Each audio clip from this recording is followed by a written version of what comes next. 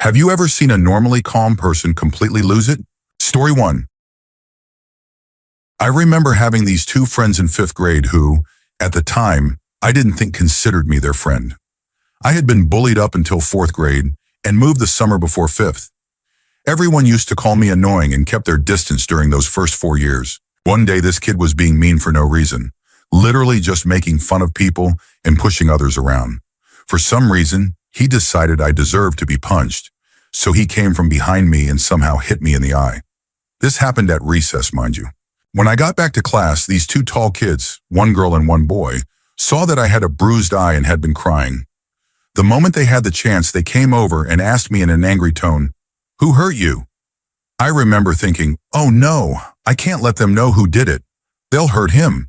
They kept asking me the entire rest of the week, and when I finally told them, I felt extremely guilty.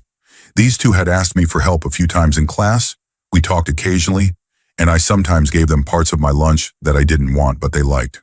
They were the kind of kids who never seemed to get annoyed at anyone. So when they kept asking who hit me, I actually felt scared for the guy that had done it, and I was right to be afraid. At recess the day after I told them, I saw them drag the guy behind some trees behind the playground, an area we weren't supposed to go.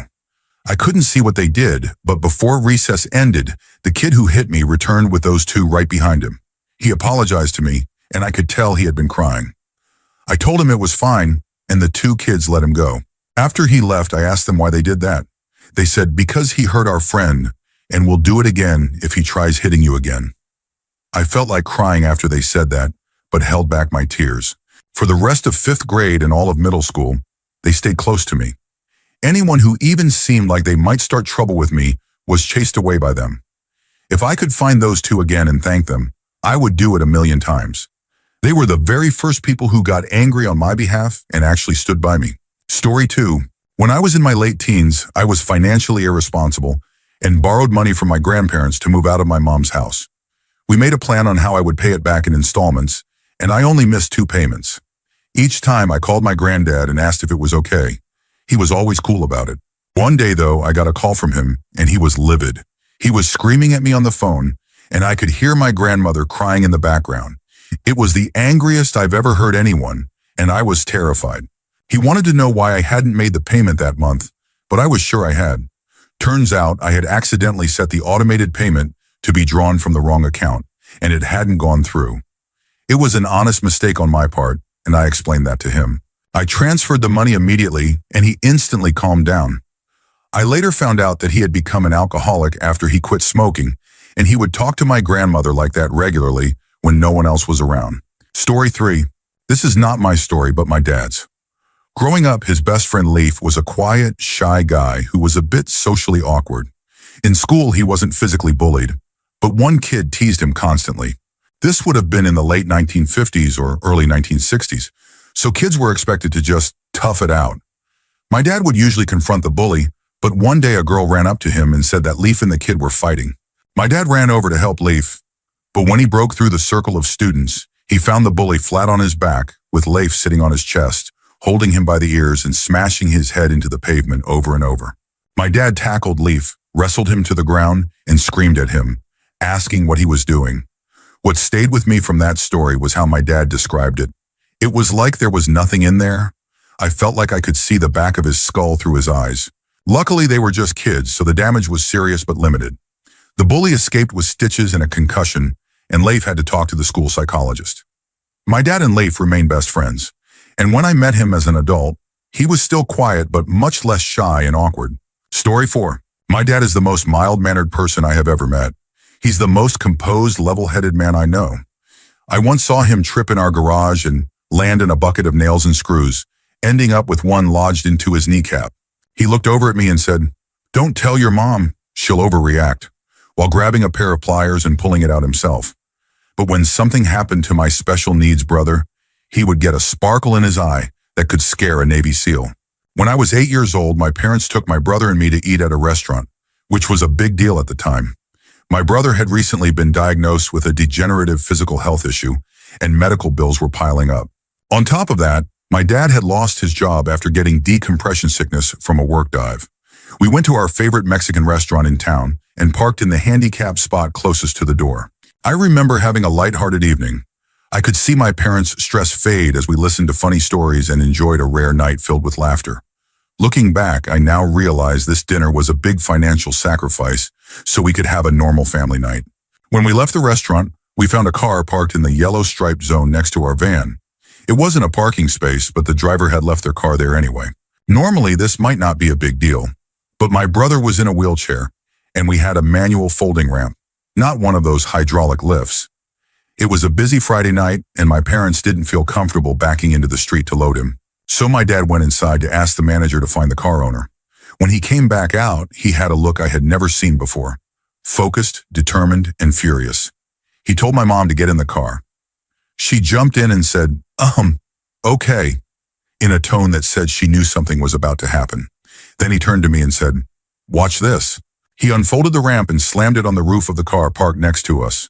Then he explained that the manager had told him, I'm not responsible for what happens in the parking lot. Why don't you just figure something out? So he did. There were maybe 4 or 5 groups eating in the restaurant. He easily could have asked someone to move. We waited for a minute, and then the manager came outside yelling, what are you doing? You can't do that. That's when my dad lost it. He picked up my brother, wheelchair and all, which weighed 150 to 200 pounds, and placed him on the hood of the car. While shouting at the manager, he then jumped onto the hood, picked up my brother, and placed him on the roof of the car. He followed him up there, rolled him across the ramp into our van, then calmly told me to get in. He turned to the manager and said, I figured something out. Since that day, I've never seen him get remotely that angry again. We laugh about the story now, and my dad is always quick to say he overreacted, but I think he reacted just fine. Story 5. My mom, we had what we now refer to as the Jerry Springer Christmas when I was about 7. One aunt hated her sister-in-law and started screaming at her. Then the shoving started, husbands got involved, and it just kept getting worse from there. My mom immediately went into mediator mode trying to calm everyone down, but it wasn't working. She decided to check on us kids and found my cousin and me holding each other and sobbing because we were scared. The next thing I hear is her scary mom voice yelling over everyone. Listen here, you all better stop. My kid is in there crying on Christmas because this family can't keep it together for one day a year when we all see each other. You're going to march your behinds into that room, single file, and apologize to each kid individually. Then you're going to stay quiet until I get them out of here. We're going to go look at lights, and by the time we get back, this family better be the picture of holiday joy. My mom never really cursed in front of me and only used strong words when things were really bad. That side of the family didn't celebrate Christmas together for a few years after that. Story 6. During my previous job before the pandemic, I worked with a really talented, super nice manager named James. He was a total professional and very good with customers. You'd look at him and think he could easily be a bouncer because of his size, but he was just an absolute teddy bear. No matter what changes came from upper management or how business was going, he stayed positive. I never saw him visibly mad or upset. He was like Teflon to bad news. One day I got a call from a janitorial service we contracted to do the deep cleaning at our facility. During the call, they asked me to confirm that we had 2 day shifts and 1 overnight shift cleaning our building. I didn't understand why they were asking, because we only ever had 1 day shift and 1 overnight shift. And that had been the case since I started working there. Nearly 2 years earlier, they insisted I must be mistaken, that surely there was a second daytime shift I just didn't know about. But I was the person who reviewed their work and sent feedback, so I was 100% certain there was only 1 day shift. I put them on hold and went to tell James, and just like that, his whole demeanor changed. Gone was the smiling, calm guy. In his place was a serious, stone-faced man who told me to let him talk to them. He took the phone and went into his office. I watched through the window as he became increasingly animated, possibly even yelling, as it came out that we'd been getting charged for a second daytime janitorial shift that never existed. It was like watching a teddy bear turn into a grizzly in under 3 minutes. He calmed down again after the call, but while he was on it, you could tell he was furious that we'd been paying for services we didn't receive. Story 7. I had a friend I've known since we were kids. This happened when he, myself, and 2 other friends were roommates at 21 or 22 years old. We'll call him Kevin. He was always happy-go-lucky, always smiling. The guy you could call at 3 a.m. with a flat tire, and he'd just ask where you were. He never started anything, always diffused situations with a smile, a handshake, and a beer. Meanwhile, the rest of us seemed to end up in bar fights every weekend. Kevin was the one who always stepped in to break them up. He got hit often, but never swung back. He wasn't a big guy, maybe 5 feet 9 inches and a bit overweight, but he had worked labor jobs for his family business since he was young and was deceptively strong. Normally, when breaking up fights, he just picked people up and moved them behind him. There was something about being picked up by the biceps and moved gently but firmly that took the fight out of people. It was like his superpower. One weekend, we had a party at our house, something we did regularly. We were all outside around a bonfire. A friend of a friend, we'll call him Steve, was being a jerk. He kept getting in people's faces, threatening to fight, but no one took him seriously. He was drunk, and it was typical behavior for him. Then he got in Kevin's face, screaming at him because Kevin happened to be sitting next to Steve's ex-girlfriend. Kevin let it slide. As always, he avoided confrontation, but Steve kept going, eventually putting his forehead against Kevin's and yelling. I guess something snapped in Kevin. Without a word, Kevin picked Steve up by the throat and slammed him into the ground. Then he started punching him, over and over, never letting go of Steve's throat. We were frozen at first. It was the first time we'd ever seen Kevin be violent. Then we jumped into action, but it wasn't easy to separate them.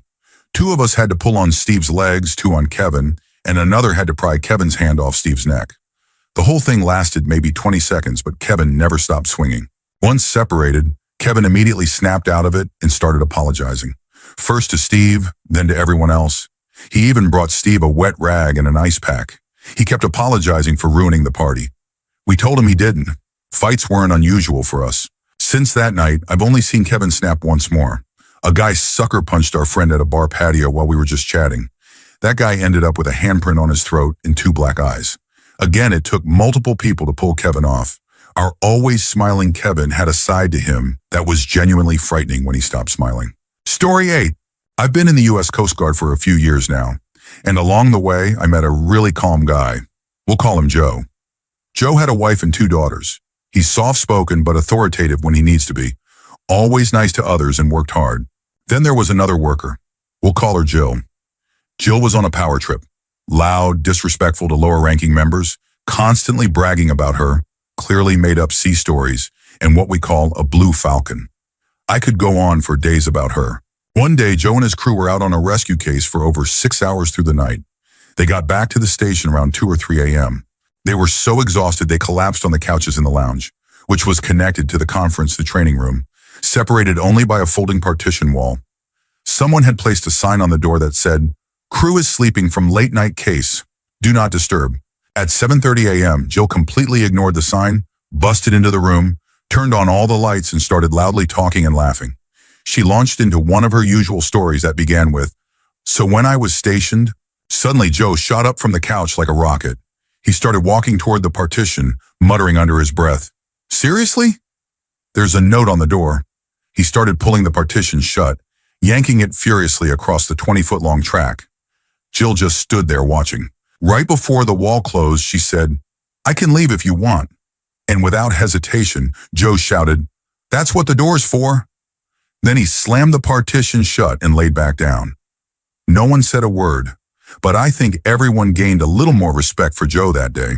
Story 9. I had the privilege of watching my kids stand up to an older kid. It was Halloween, and my son was 10 at the time. My husband and I were 2 of 4 adults in our trick-or-treating group. We were walking with 5 children, going door to door. A 13-year-old boy had been assigned to our group, though his parents were walking with another group ahead of us. He knew a couple of the other kids, but it was our first time meeting him. My husband and another adult male heard the comments and reprimanded the boy, but as soon as they weren't looking, he'd throw in another inappropriate remark. By hour 2, the boy had been reprimanded by every adult in both groups, but he just wouldn't stop making suggestive comments. I was over it and just wanted to enjoy Halloween with my family. We decided to make a quick detour to drop this preteen off with whoever brought him. He was sitting in the back seat with my son. As we pulled out onto the street, the 13-year-old made one last sad attempt at flirting, this time in front of my child. My son is a bit of a loner. He's an only child, prefers adults to his peers, and is very shy. He wasn't really socializing with the other kids, and he hadn't been paying the boy much attention during the walk. But after hearing that final comment, my son calmly looked the older kid in the eye, and in the coldest voice I'd ever heard from him, said, "Say one more thing to my mom, or any of us, and I'll punch you in the throat and throw you out of this car." I was stunned. It was the only time I'd ever seen my son visibly upset by something another child said. Just like that, the older kid went silent. Not another word from him during the entire 15-minute drive to drop him off. My husband and I chose not to reprimand our son for what he said. After every adult tried to stop the behavior, it was his threat that finally made it stop. My son is very passive. He's 13 now and has never even had a verbal disagreement with anyone besides us. He's the kid teachers assigned to sit with the new student, the one who hates unkindness of any kind. I had worried that he might be too passive to stand up for himself or others, but that night he proved that when it matters, he will. We were honestly proud of him. Story 10. I'm usually the calm one, but about a year and a half ago, my ex-wife was staying at my place after a breakup sent her into a spiral. She and our kid had come to visit me for the weekend before the child was supposed to move back in with me for school. That weekend turned into her spending a week in the psych ward.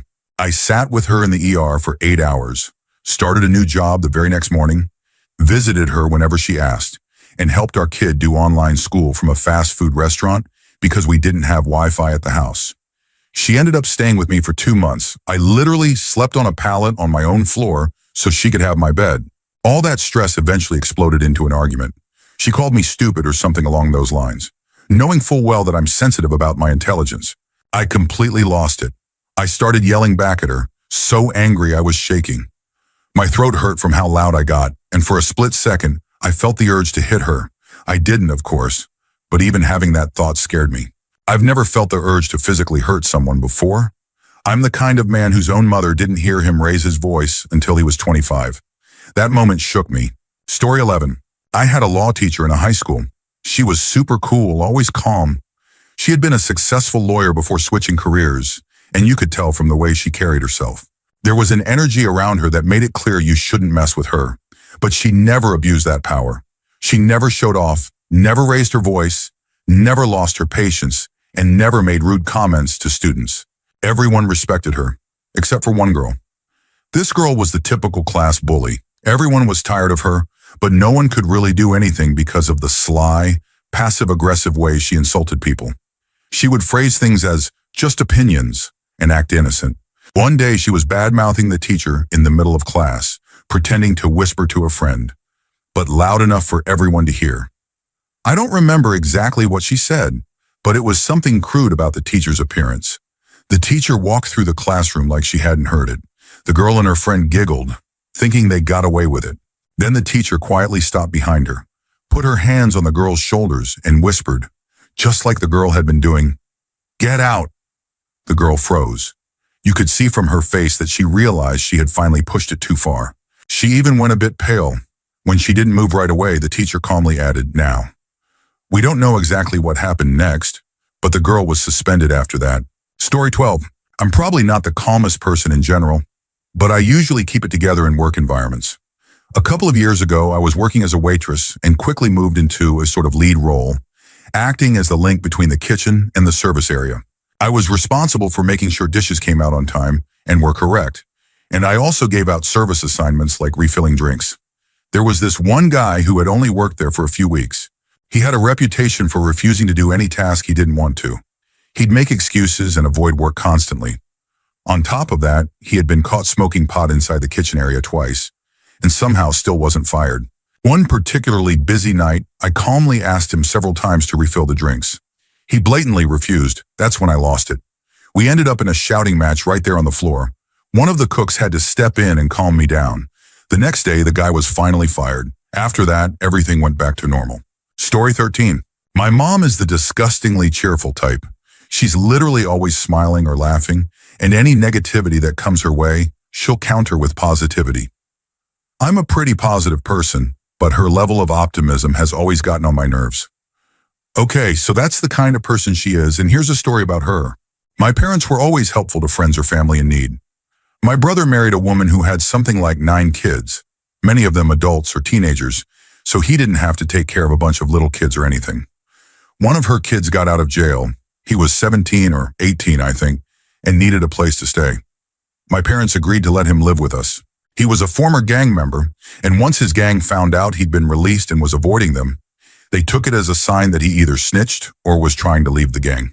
When they found out he was living at our house, they decided to show up and beat him up. Thing is, my dad was an old-school tough guy. He had hundreds of scars on his arms from fist fighting through the 50s, 60s, 70s, and even into the 80s and 90s.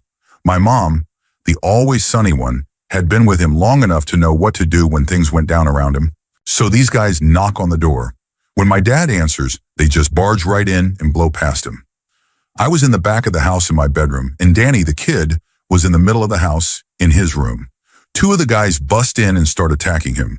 One of them is stuck in the kitchen with my mom, who's screaming her head off to get out of her house. I hear all the commotion and go see what's going on.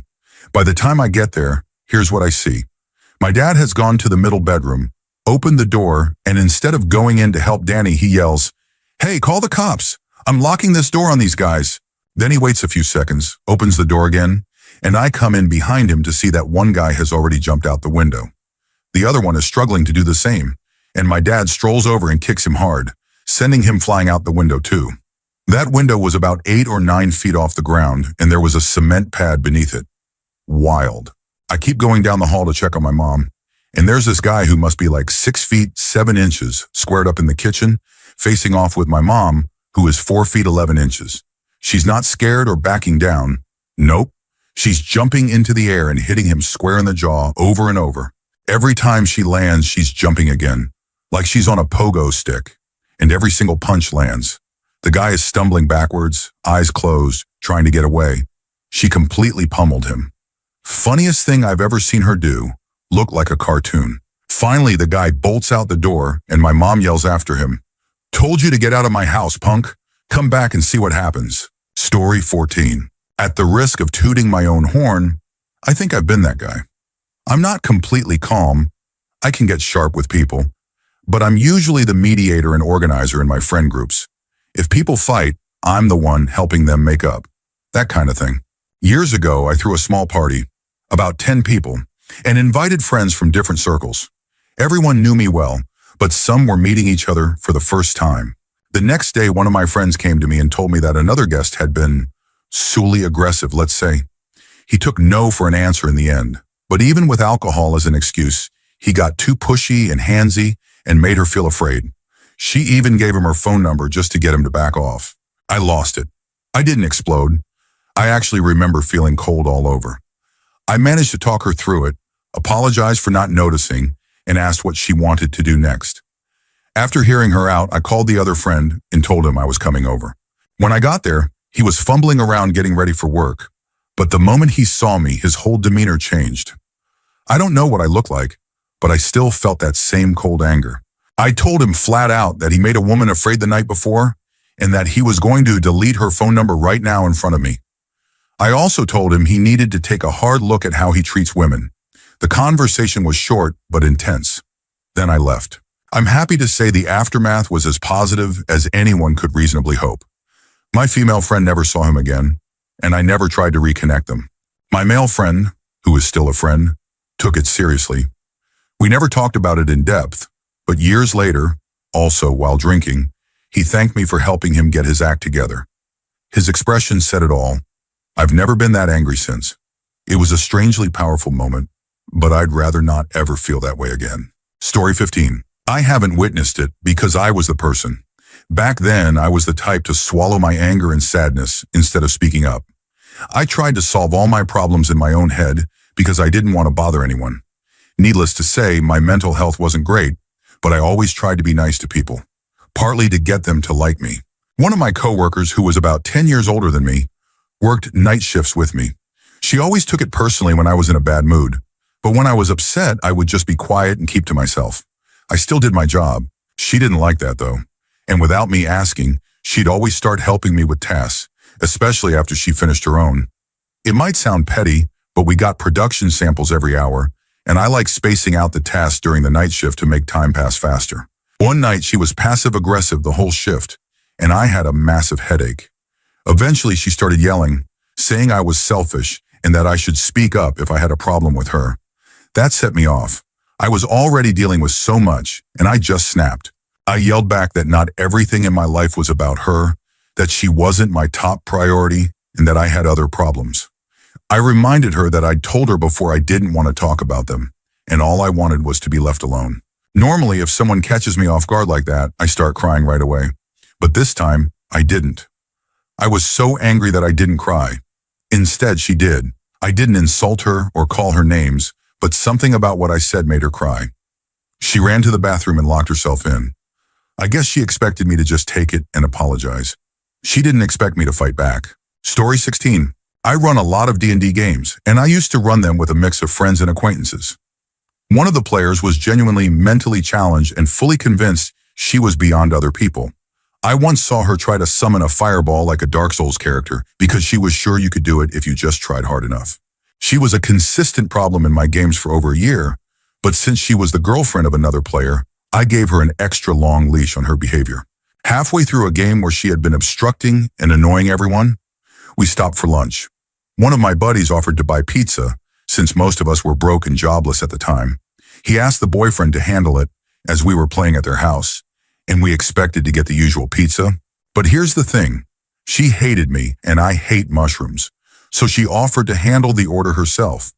When the pizza arrived, it had some kind of liquid kale slurry and was absolutely covered in mushrooms from crust to crust with no cheese in sight. I asked, "What is this?" And she simply said, "Food." Unsurprisingly, my friend who paid for the pizza was furious, not only at the blatant attack on me, but also at how terrible the pizza was. The moment the game ended an hour later, me and the other two players, who weren't part of that nightmare couple, immediately left. As we walked down the street in silence, I turned to one of them and saw the deepest pit of rage in their eyes I've ever seen. It genuinely terrified me for a moment. They both agreed within 5 seconds that they'd never play with that couple again, and that was the last time I saw her. I've got 100 more stories of her being unstable, trying to flirt with everyone she met, screaming and flailing in public. But I'll never forget seeing my buddy, who was basically a big teddy bear, the kind of guy who got bit by a cat once and said, "Oh, sweetheart, look that angry." Story 17. I normally fake being happy and had done so for a decade by the time this happened, because people always got upset with me if I wasn't cheerful. I pretended to be happy and put others before myself for most of my life, because I thought that's what I was supposed to do.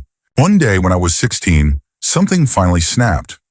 I don't even remember exactly what caused it, but it had something to do with me and my parents, either for not being perfect enough for them or because of school pressure.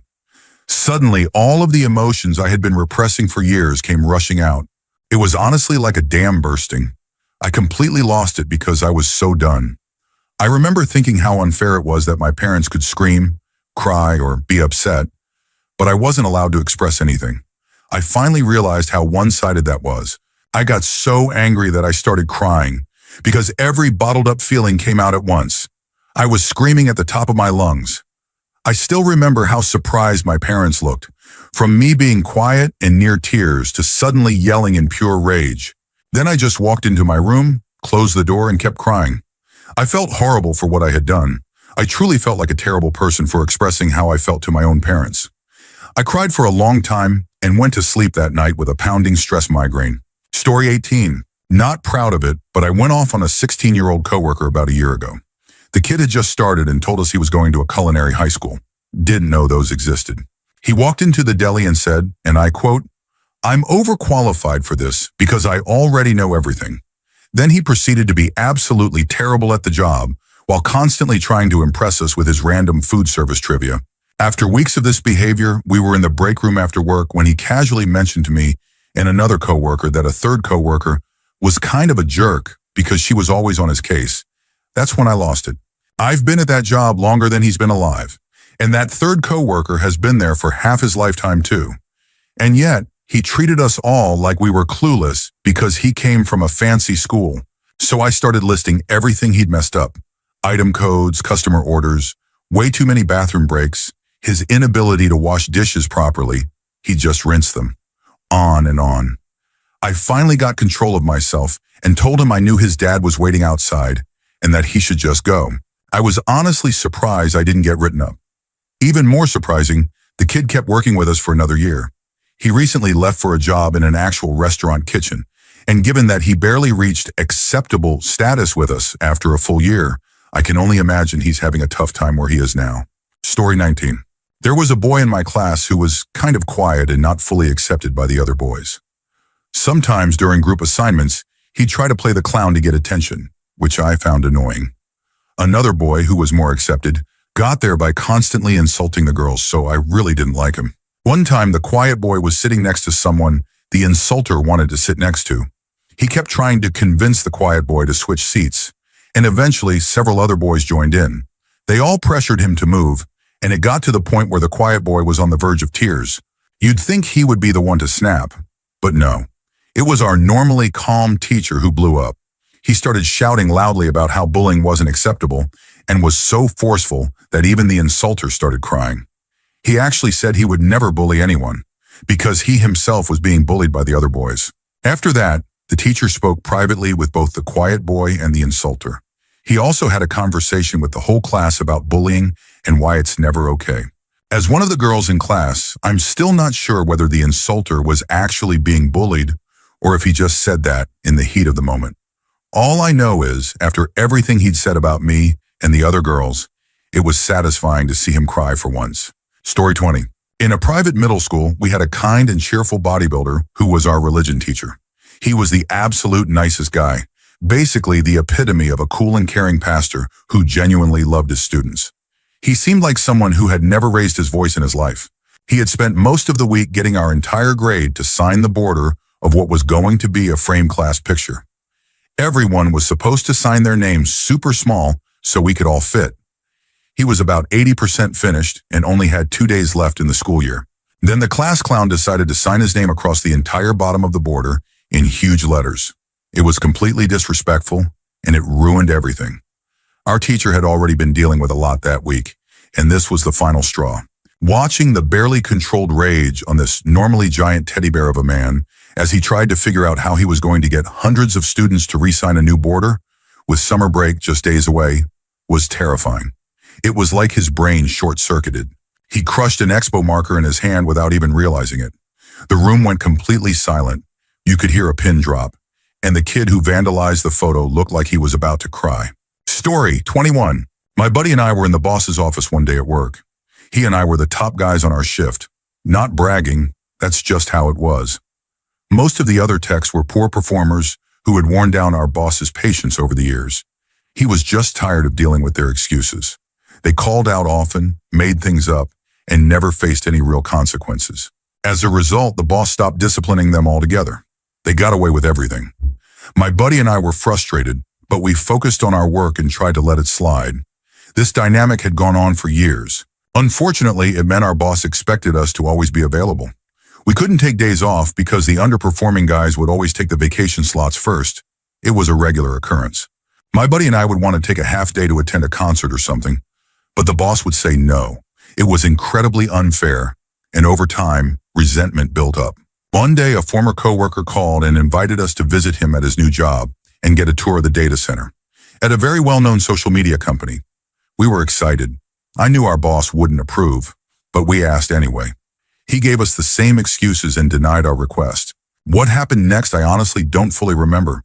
I became instantly enraged, to a degree I had never experienced before. I think I started yelling, protesting, demanding that he let us go just this once. He stood his ground and ignored my arguments about how the other guys did whatever they wanted with no consequences. I ended up storming out. When my buddy found me afterward, he looked genuinely concerned. He told me my face had turned bright red during my outburst. I was kind of freaked out because I didn't fully recall everything I said or did. I know people talk about blacking out from alcohol, but this was different. It had never happened before, and it hasn't happened since. Story 22. My neighbor a few houses down M50 is a pretty chill guy. He takes pristine care of his home and yard, even though it's a small place in a rough neighborhood. He also took care of his mother until she passed away last month. I didn't see him much after that, until yesterday. I was heading out for a job around noon when I saw him pacing in his driveway, clearly upset, talking about how one of the neighbors was trying to steal from him. I offered him one of my security cameras so he could keep an eye on things. He seemed really shaken. 4 hours later, when I got back from work, he was still pacing, but now holding a 2x2 piece of wood. I asked him what he was doing, and he said there were people inside and under the two Saturn views in his driveway, hiding in the garbage cans and watching him from the truck next door. He was clearly hallucinating. He seemed totally coherent when I talked to him earlier, but something had changed. I brought him a drink and called for a health and welfare check through the non-emergency line. There wasn't much else I could do for him at that point, so I left. About 30 minutes later, I heard a commotion and went outside to see him smashing his own cars with a 2x2. He broke the taillights, mirrors, a couple of windows, and dented the hoods. I recorded the aftermath, including a conversation I had with him about the people in his empty vehicles. The next day, I brought the footage over to him. Thankfully, his family was there when I arrived. He had sobered up. We'll probably have him over for dinner tonight, too. Story 23. My former high school math teacher never liked me. His name was Mr. Newell, and because he had to deal with my difficult brother in another class, he assumed I would be the same and never gave me a chance. One day, as I was staring at a Marine Corps poster in the classroom, he said, "Can I please have your eyes on me and not on something you'll never achieve?" That moment stuck with me. 4 years passed, and I returned to my high school after completing boot camp. I was on recruiting duty for 30 days. Long story short, I found out Mr. Newell was still teaching, and in fact, he was in the very same classroom. The look on his face when I walked in and casually strolled past his desk, he didn't recognize me at first, went right over to that Marine Corps poster, yanked it off the wall, pulled out a black Sharpie, signed it, and walked it straight to him was priceless. I looked him in the eye and said, "Remember me? The one who wouldn't achieve this," and slammed the autographed poster down on his desk. His face turned the reddest I've ever seen. I began walking away as he had a full meltdown, yelling behind me. Some students were in shock and one even yelled, "Heck yeah!"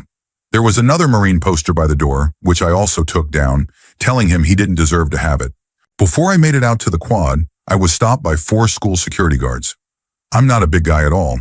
Yes, I acted petty, but no teacher should ever speak to a student the way he spoke to me. Story 24. I spent my childhood years living with my grandparents in an Eastern European country.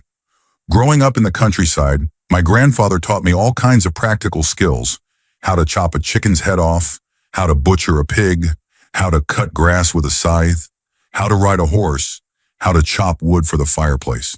It was a simple but rewarding life. I was only 6 or 7 years old at the time. Of course, I didn't butcher the pig myself, but I watched and learned. It was probably traumatizing to some extent. My parents worked in a more civilized European country, living in the city. When I turned 7, they decided to bring me with them. It was a huge cultural shock, learning a new language, adjusting to a very different lifestyle, and being surrounded by traffic and city life. I went to school not knowing a single word, so I didn't talk much. I didn't make friends at first. I was the quiet kid, not because I wanted to be, but because I couldn't communicate. One day I brought a toy to class, one of those little ones you get in chocolate Kinder eggs. Another kid stole it, and I tried arguing with gestures. The teacher saw us and decided to confiscate the toy since she didn't know who it really belonged to. Later, during recess, that same kid started running down the hallway. I took the opportunity to push him. He lost a tooth, and I got detention. I still vividly remember how the teacher yelled at me. She grabbed my shirt and shoved me into a chair. A few hours later, I was brought back into the classroom with that kid and his parents. I was told to apologize, but I didn't. Half of it was because I didn't want to, and the other half because I didn't even understand what they were saying. I learned later when my mother was called in. That kid ended up changing schools a month later. His parents claimed he was being bullied, but it was all nonsense. He had been the one doing the bullying and played the victim. Years passed. I learned the language. I adapted. I became a calm person and never snapped again. These days I'm chill, but deep down I still know how to chop a chicken's head off in one motion. That part of me from the countryside still lives somewhere inside. My dream now is to one day retire to a farm and relive those free-spirited moments. By the way, I never apologized to that kid. I wonder what he's doing now. Story 25. This happened in my high school auto shop class. There was this obnoxious guy who kept making fun of a bigger student in class. The big guy was genuinely kind, quiet, and always helpful, especially when it came to loosening or tightening bolts. He didn't seem to have a mean bone in his body. The obnoxious kid constantly made fun of him. His weight, his face, his hair, anything he could think of. The big guy just smiled and brushed it off like it didn't bother him. Then the insults turned personal. The obnoxious kids started talking about the big guy's dad's towing business, saying he was a fraud, that he stole cars and parts off impounded vehicles, and that the whole company was full of thieves. That's when the smile dropped. It was scary. I blinked, and the big guy had crossed 15 feet of space and started beating the guy senseless. Every punch came with him screaming about not insulting his dad. He hit the kid all over, head, arms, torso. The obnoxious kid's nose was bleeding, one eye blackened, bruises up and down his arms, and I think he even lost a tooth or two. The big guy stood up, breathing heavily, and calmly walked out of the shop. He got suspended for a week for fighting and had to serve another week of in-school suspension. When people asked him afterward what happened, all he would say was, "He made fun of my dad and insulted his integrity." Story 26. My boyfriend is 6 feet tall and naturally broad, so he looks bigger than he actually is. He's usually a giant teddy bear, super friendly, and always the first to try and diffuse an argument. I'm 5 feet 1 and happen to be non-binary. We were at a social event in a pub when someone we knew brought along a friend who was already very drunk before even arriving. This friend and I chatted for a bit, and somehow the topic of trans people came up. I guess that triggered something in his drunk brain. He launched into a long, rambling story about how his friend was beaten up for being gay and how non-binary people don't know what oppression is, because I had never been beaten up. He kept insisting I admit it wasn't the same and claimed non-binary people were just pretending. I told him repeatedly I wasn't comfortable with the conversation and that if he didn't stop, I was walking away. But when I tried to walk, he got up and physically blocked my path, reaching out as if he was going to grab me. That's when my boyfriend roared, "Don't touch him," loud enough that the entire bar went quiet. I used the moment of distraction to slip past and head outside. I couldn't hear all the words from outside, but I could clearly hear my boyfriend loudly calling the guy out for his behavior. A minute later, my boyfriend came outside to be with me, and we just went home. I was pretty shaken up. I've never seen him act aggressive toward a stranger before, or since, but it meant the world to me to know how much he cares. Story 27. I'm normally pretty unemotional, and I usually have a high tolerance for things. But I have a sibling who is extremely passive-aggressive and does things specifically to annoy me, just because they know it'll bother me. For example, when we were kids and went out to eat, which was rare because we were poor, if they ordered something with a side they didn't like and I asked for it, they'd say no, even though they weren't going to eat it. If my parents tried to take it and give it to me, they'd either spit in it or throw it on the floor. They would literally rather throw it away than let me have it. Since we shared a bathroom, they'd always turn the shower head to face outward, so when I turned the water on, I'd get sprayed. It was daily, constant petty stuff like that. And no, it wasn't normal sibling teasing. It was beyond that. I lived through it. Their behavior completely shifted around puberty and got progressively worse. On the day in question, our parents weren't home. We were teens, so being alone wasn't unusual. My sibling had spent the entire evening doing little things to irritate me, making homophobic comments and being generally awful.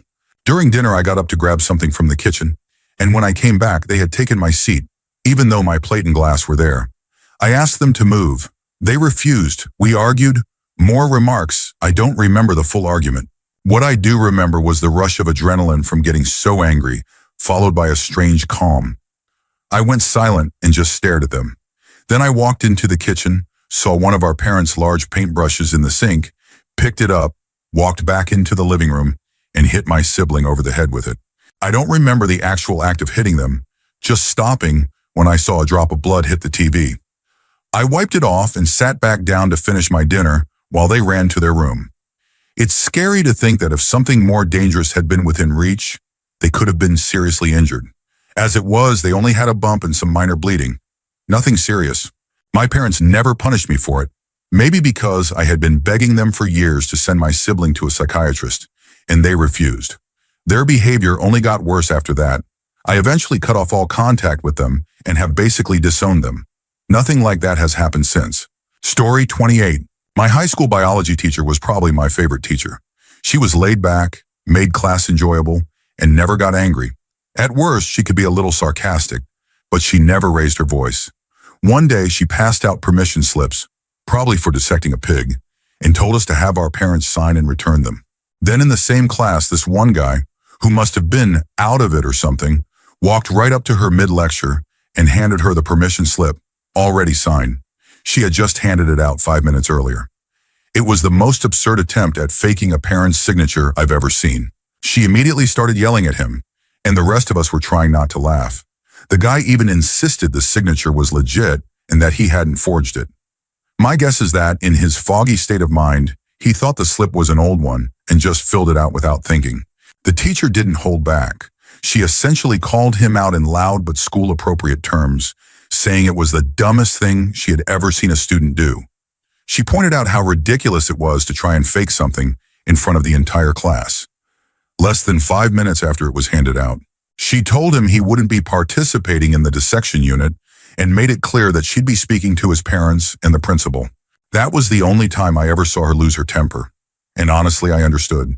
It's one thing for students to make mistakes, but to do something that obvious and then lie about it in front of everyone? I'd be furious too. Story 29. I'm the one concerned here. Just to give you some context, I'm the quiet type. The kind of person who can sit alone, silently observing everything, always calm and collected. When I was 15, I went to summer camp. Across from my bedroom, there were 3 11-year-old kids who had been annoying me for several days. But as usual, I didn't say anything. I just let them be immature on their own. One day, I asked a girl out and got rejected. Not going to talk about that, LOL. So I wasn't in the best mood. I went outside the bedroom building to clear my head and observe the environment like I usually did. That's when I saw one of the 3 kids running between my room and his, clearly doing it just to provoke me. Well, he succeeded. I was angry. My face completely changed. I looked like a supervillain about to blow up a city. I went to his room. He saw the look on my face and knew he was in trouble, so he climbed onto his bed. I grabbed his foot and violently threw his entire body onto the floor. I began choking him, but thankfully a girl ran in, grabbed my arm, and pulled me outside so I could calm down and think. After about 3 minutes, I went back inside to apologize. I'm not sure why, maybe because I preferred to be the nice guy. But when I did, he just laughed in my face. That made me angry all over again. He saw it and immediately climbed back on the bed, clearly terrified. I raised my fist, ready to punch him. But then I heard a voice in my head telling me not to do it, to think about the consequences. Instead of hitting him, I redirected my fist and slammed it with full force into the upper frame of the bunk bed. After that, he and his friends were terrified of me for the rest of the week. They didn't come near me again. My hand hurt for a full week afterward. Story 30.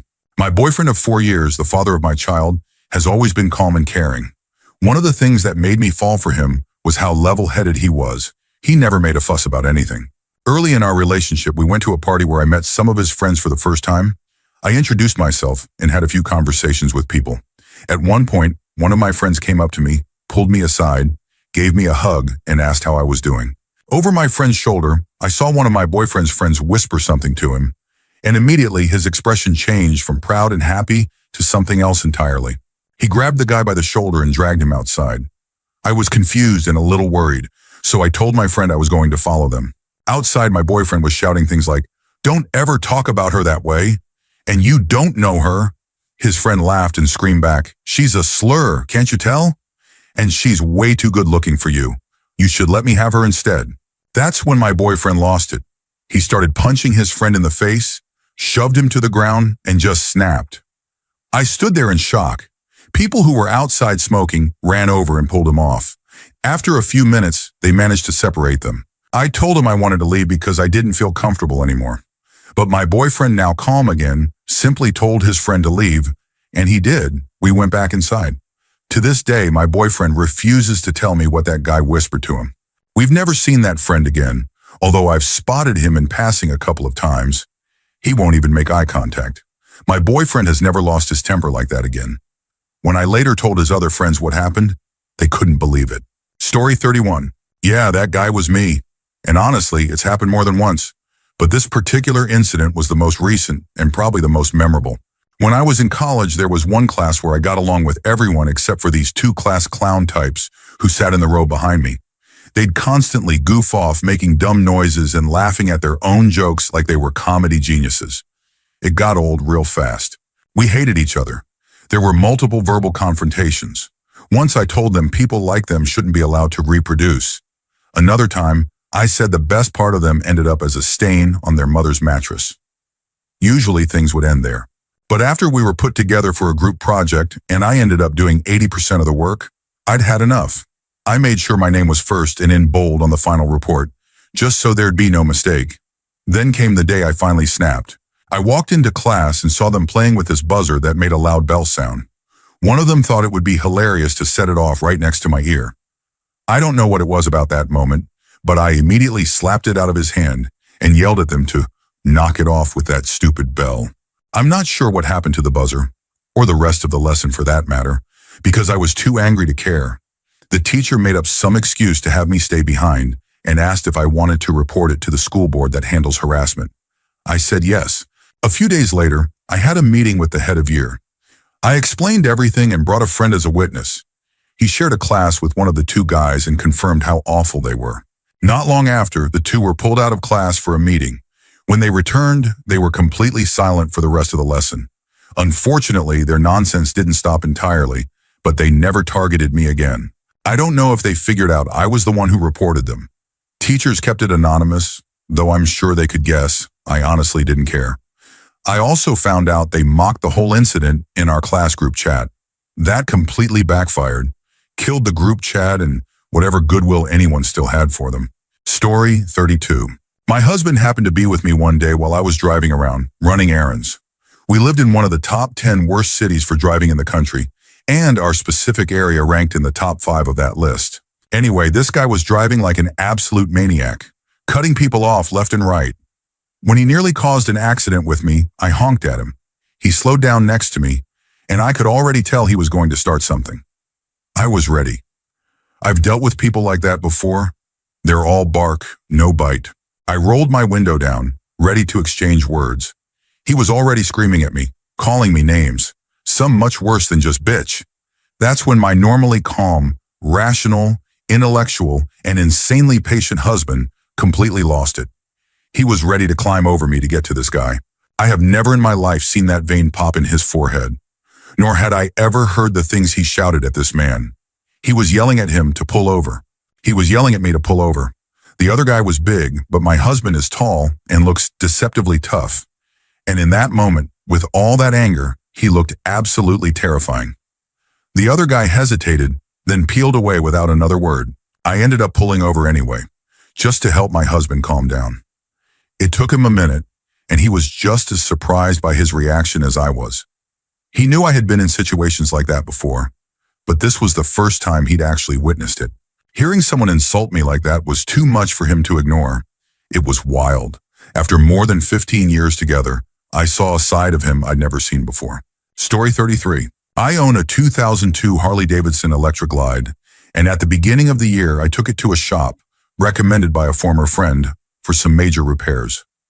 The bike had all the wiring in the fairing repaired, plus the heads, cylinders, pistons, and piston rings rebuilt. The cams were replaced, a new cam support plate installed, updated cam chains and tensioners added, and a new drive belt. All in all, I spent around $5,000 on parts and labor. Without my authorization or even notifying me, they replaced my stator, basically a motorcycle's alternator, with a better-looking, used one from their pull-off shelf. A shelf where they keep parts customers have replaced but are still technically usable. About a month after I got the bike back, right around the time the warranty expired, I started experiencing charging issues. I called the shop and spoke with the mechanic who worked on it. He told me to check the battery cables, saying one might have come loose. I checked. Everything was tight. Called him again, and now he told me I'd have to pay more money for them to look into it. At that point, I thought, forget it. I went to school for Harley-Davidson repair. The only reason I didn't do the original job myself was because I lacked some of the specialized tools. So I ran my own tests and confirmed the stator was bad. I bought a new one, and when I removed the one they had put in, it looked like someone had taken a welder to it. The copper windings were melted and burnt together. It was toast. And this was the stator that supposedly looked better than my original one, which had never given me any issues.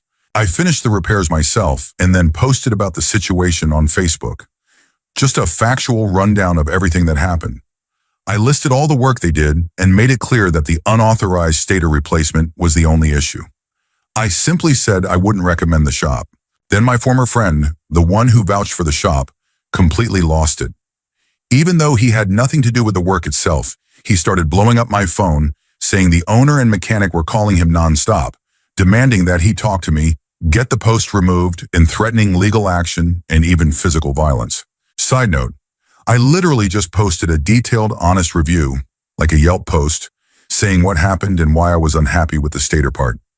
I didn't attack them personally or say anything false. My former friend kept calling for 3 straight days. Finally, I'd had enough. I cussed him out. He had told me the shop was reliable and that they took care of their customers.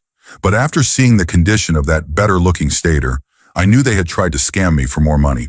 I even spoke with another employee from the shop who admitted they keep a healthy stock of new, in-box stators on hand. So there was no excuse for using a pull-off part. Needless to say, I took their threats with a grain of salt. Who sues someone over a bad Facebook or Yelp review?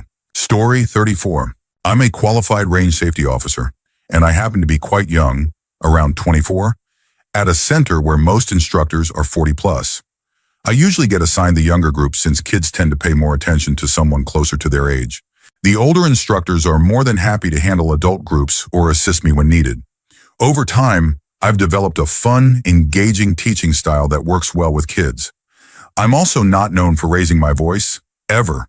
One day I was running an introductory firearms safety course for a youth group of 12 to 14-year-olds.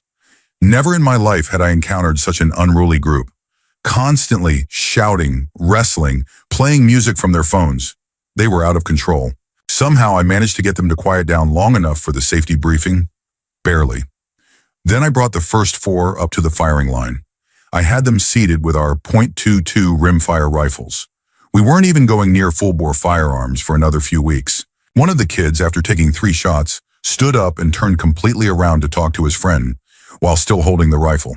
He flagged the entire right side of the range, me, 3 other shooters, and half the group, including their group leader. Apparently, I was heard from outside the building. One of our senior instructors later pulled me aside and told me I'd handled it exactly right. I had never kicked anyone off the line before that day, but the moment that happened, the entire group suddenly became the most well-behaved class I've ever run. What pushed me to eject that particular kid wasn't just the safety violation. It was the immediate attitude he gave me when I redirected the rifle to point at the ceiling. He snapped at me, insisting the rifle was empty.